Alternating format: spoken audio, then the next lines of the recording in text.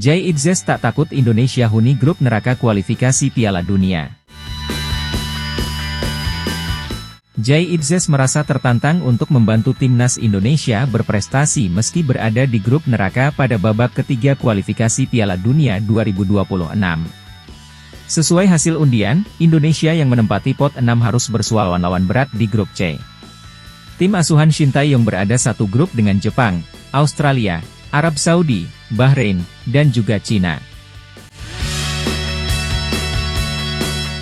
Buat kami, ini adalah sebuah kesempatan yang baru untuk menempatkan Indonesia di posisi yang lebih baik lagi. Kami melihatnya sebagai sebuah tantangan yang bagus, ujar Jay Itzes seperti dilansir dari media Belanda, Voetbalzone.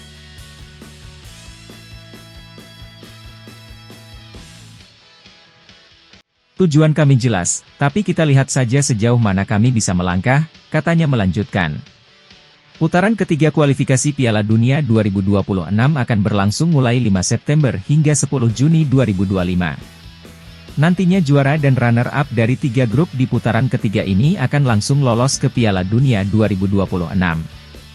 Tim Merah Putih akan memulai langkah di grup C dengan melakoni laga tandang ke markas Arab Saudi, 5 September mendatang. Setelah itu, Jay Itzes dan kawan-kawan akan menjamu Australia pada 10 September. Kemudian Indonesia akan melakoni 4 laga lainnya di tahun 2024 yakni bersua Bahiran, 10 Oktober, Cina, 15 Oktober, Jepang, 14 November, dan Arab Saudi, 19 November.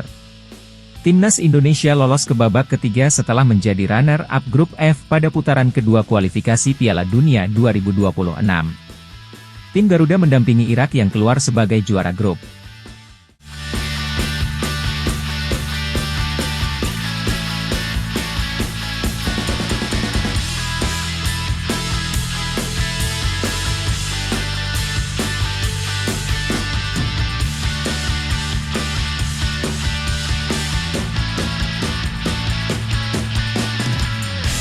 Harapan Iqbal Gwijangge usai cetak gol lagi untuk Timnas U19 Indonesia.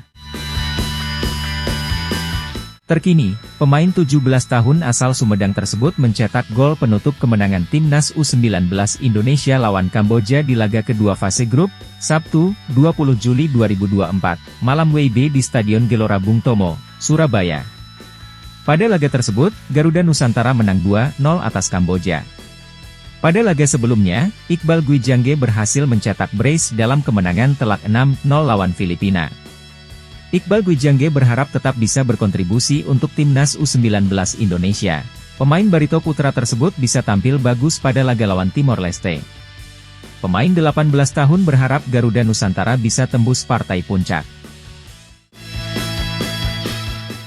Yang paling penting saya masih bisa berkontribusi bagi tim, ujar Iqbal Gwijangge kepada awak media usai laga. Dan semoga saat pertandingan selanjutnya lawan Timor Leste bisa lebih baik daripada hari ini.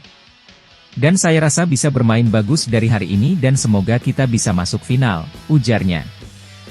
Dirinya ingin rekor tersebut bertahan sampai Timnas U19 Indonesia sampai meraih gelar juara ASEAN Cup U19 2024. Alhamdulillah kita apresiasi kerja pemain juga. Apresiasi juga untuk semua bisa bekerja keras, ujar Iqbal Gwijangge. Dan saya harap kami bisa terus clean sheet sampai nanti menjadi juara. Meski berhasil mencetak gol, Iqbal mengaku tetap tidak melupakan tugas utama sebagai pemain bertahan. Pemain Barito Putra tersebut tetap berusaha keras agar timnya tidak kebobolan di setiap pertandingan. Tapi yang pasti saya hanya melakukan tugas saya dan yang paling penting, jangan sampai kebobolan, ujar Iqbal. Dan kita main saja sesuai yang kita bisa. Insya Allah menurut saya hasilnya akan mengikuti, ujarnya. Timnas U19 Indonesia kini bertengger di puncak klasemen grup A. Tim asuhan Indra Syafri mengantongi 6 poin dari 2 pertandingan. Garuda Nusantara tidak boleh cepat puas usai mengantongi 2 kemenangan.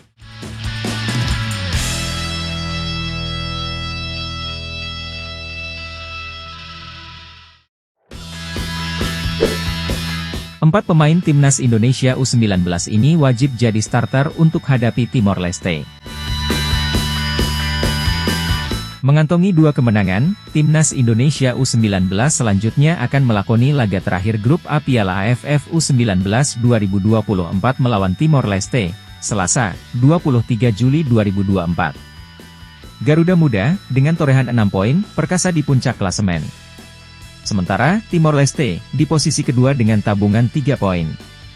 Sebelumnya, pasukan Indra Syafri sukses mengalahkan Filipina 6-0 dan pada laga terakhir menundukkan Kamboja 2 gol tanpa balas. Sedangkan Timor Leste baru saja kalah dari Filipina, gagal meneruskan tren positif usai mengalahkan Kamboja pada laga perdana.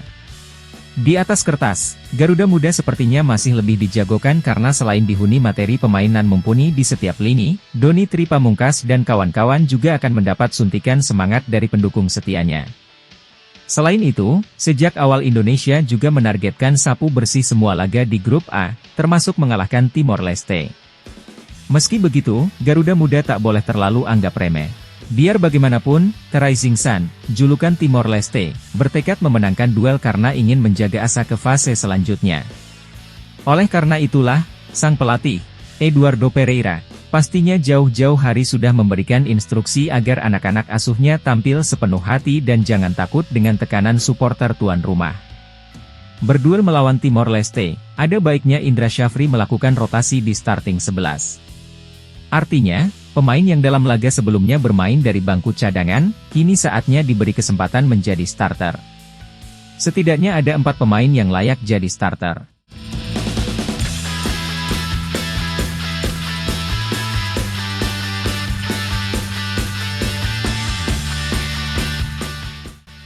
Jens Raven. Dalam 2 laga sebelumnya, baik melawan Filipina dan Kamboja, si jangkung 189 cm ini tak pernah jadi starter. Indra Syafri ternyata masih lebih percaya kepada Trisula 3-4-3 yang ia terapkan yakni Rizky Afrizal, Arhan Kaka, dan Aryan Shah. Kontra Filipina, di mana Jens Raven menyumbang sebiji gol, pemain 18 tahun itu masuk pada menit ke-67. Kemudian, versus Kamboja, Wonderkid FC Dordrecht U21 diturunkan jelang bergulirnya babak kedua. Ia menggantikan Arhan Kaka. Melawan Timor Leste, Jens Raven sebaiknya masuk starting 11. Kepercayaan tersebut tentunya membuat pemain naturalisasi bisa lebih tertantang, lebih percaya diri, dan lebih mengeksploitasi semua kemampuan terbaiknya. Jens Raven juga tak harus jadi striker. Ia bisa dimainkan sebagai gelandang serang dan gelandang bertahan atau sebagai winger kiri dan kanan. Ragam posisi itu kerap ia mainkan di klubnya, FC Dordrecht U21. Welber Jardim. Pemain muda Sao Paulo U17, Brasil, ini juga belum pernah diturunkan jadi starter. Melawan Kamboja, Welber Jardim masuk pada menit ke-35, menggantikan Vigo Dennis. Perannya sebagai gelandang bertahan terlihat sangat menonjol.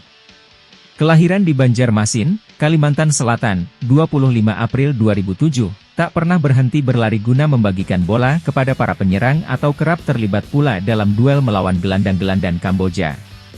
Tak hanya itu, pemain berdarah campuran Indonesia, Brasil juga sesekali berani melepaskan tembakan dari luar kotak penalti. Melihat penampilannya sepanjang laga kontra Kamboja, tak salah lagi kalau Welber Jardim layak jadi starter.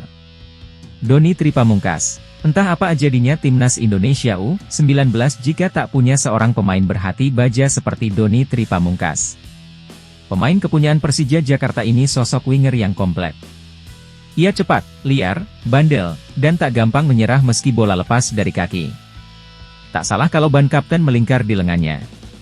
Tak ada yang berani membantah, Doni Tripamungkas merupakan aset berharga timnas di masa depan. Menghadapi Kamboja yang juga punya 2 sayap cukup tangguh, merupakan keputusan yang jitu jika Doni Tripamungkas masih diberi tanggung jawab untuk masuk line up utama. Iqbal Gwijangge. Siapa bilang pemain belakang tak harus jadi top skor di setiap turnamen? Iqbal Gwijangge contohnya. Sejauh ini, bek petarung kesayangan Indra Syafri sudah mendulang 3 gol di pentas Piala AFF U19 2024. Terakhir, ia mencetak 1 gol ke gawang Kamboja via sontekan kaki kiri, memaksimalkan sepak pojok Kaviatur Rizky pada menit ke-71. Di lini belakang, Iqbal Gwijangge adalah monster kecil yang siap bertarung dan menghalau semua penyerang lawan yang berani mendekat ke wilayahnya.